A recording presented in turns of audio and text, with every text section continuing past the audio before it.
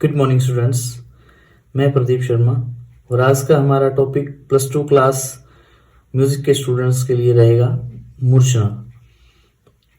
मूर्छना एक बहुत important topic है। मूर्छना शब्द जो है वो मूर्छ धातु से बना है, जिसका अर्थ होता है चमकना या उभरना। और एक प्रॉपर एक डेफिनेशन के तौर पे अगर हम देखें तो मूर्छना शब्द जो है वो 7 स्वरों का क्रमिक आरोह अवरोह को मूर्छना हम कहते हैं। मूर्छना 7 जब स्वर हम आरोह अवरोह करते हैं, जैसे कि सा रे गा मा पा धा नी, फिर नी धा पा मा गा रे सा, दैट इज मूर्छना। ये मूर्छना है और इसका जो तरीका रहता है स्टूडेंट्स वो अवरोह रहता है। मीन्स अगर हमने ये लिख रखा है नी, फिर धा, फिर पा, मा, गा, रे, सा, ये मूर्छना अवरोह है। मतलब इसका जो ऑर्डर है असेंडिंग डिसेंडिंग जैसे हम बोलते हैं, उसका अवरोह है।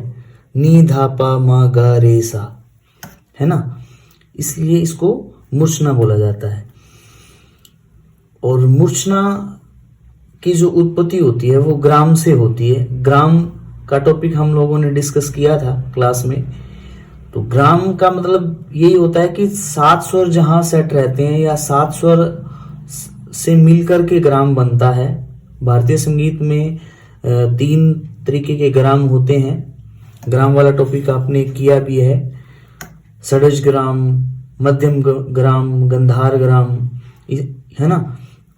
तो इसी तरीके से मूर्छना जो है, अब षडज ग्राम है। षडज ग्राम ये जैसे मैंने एग्जांपल ले रखा है, सा रे गा मा प ध नी, ये षडज ग्राम के स्वर हैं, है ना।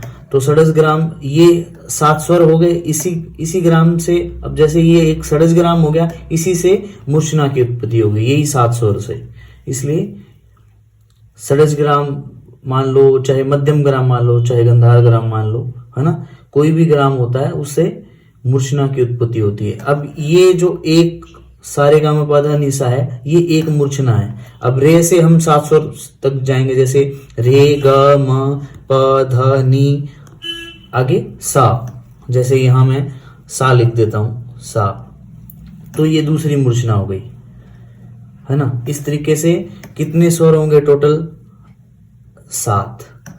एक ग्राम में 7 स्वर होते हैं, है ना। तो एक ग्राम में 7 मूर्छनाएं बन जाएंगी। प्रत्येक ग्राम 7 मूर्छनाओं की उत्पत्ति करता है। इसी तरीके से टोटल अपने ग्राम होते हैं 3, षडज, मध्यम और गंधार। इसी तरीके से टोटल मूर्छनाएं बन जाएंगी 21, यानी कि 21। ठीक है।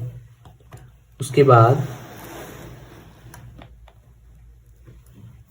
आधुनिक समय में आजकल हम गंधार ग्राम को बहुत कम प्रयोग करते हैं। जैसे गंधार ग्राम को हम बहुत कम प्रयोग करते हैं, है ना।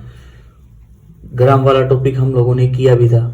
तो गंधार ग्राम को कम प्रयोग करते हैं तो कितने ग्राम बच गए? बाकी 2।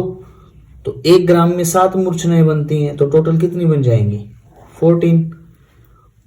आधुनिक समय में हम 14 यानी कि 14 मूर्छनाएं प्रयोग करते हैं। एक ग्राम में 7 मूर्छनाएं। और अगर ग्राम के लक्षण की बात करें, मूर्छनाओं के लक्षण की बात करें, तो मूर्छनाएं हमेशा क्रम के अकॉर्डिंग रहती हैं, क्रमानुसार रहती हैं। जैसे हम लोगों ने अभी एक एग्जाम्पल लिया था, सा रे गा मा पा धा नी सा, तो वो क्रम के अकॉर्डिंग है ना।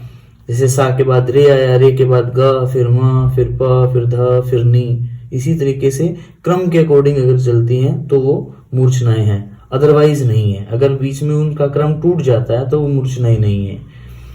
सेकंड, 7 स्वरों तक होती हैं। मतलब मूर्छना जो होती है वो 7 स्वरों तक ही रहेंगी, ठीक है। ना तो उसमें 6 स्वर होंगे ना 8 होंगे। 7 स्वरों के बाद वो वापस रिवर्स हो जाती हैं। और ये पॉइंट हम लोगों ने पहले डिस्कस कर ही लिया था, ग्राम पर आश्रित होती हैं। मूर्छनाएं जो होती हैं वो ग्राम पर आश्रित होती हैं, ग्राम से बनती हैं। और जैसे कि 2 ग्राम है तो मूर्छनाएं भी 14 है, 3 ग्राम है तो मूर्छनाएं 21 है। तो आज का ये छोटा सा टॉपिक उम्मीद करूंगा आपको समझ आया होगा। Thank you, have a nice day.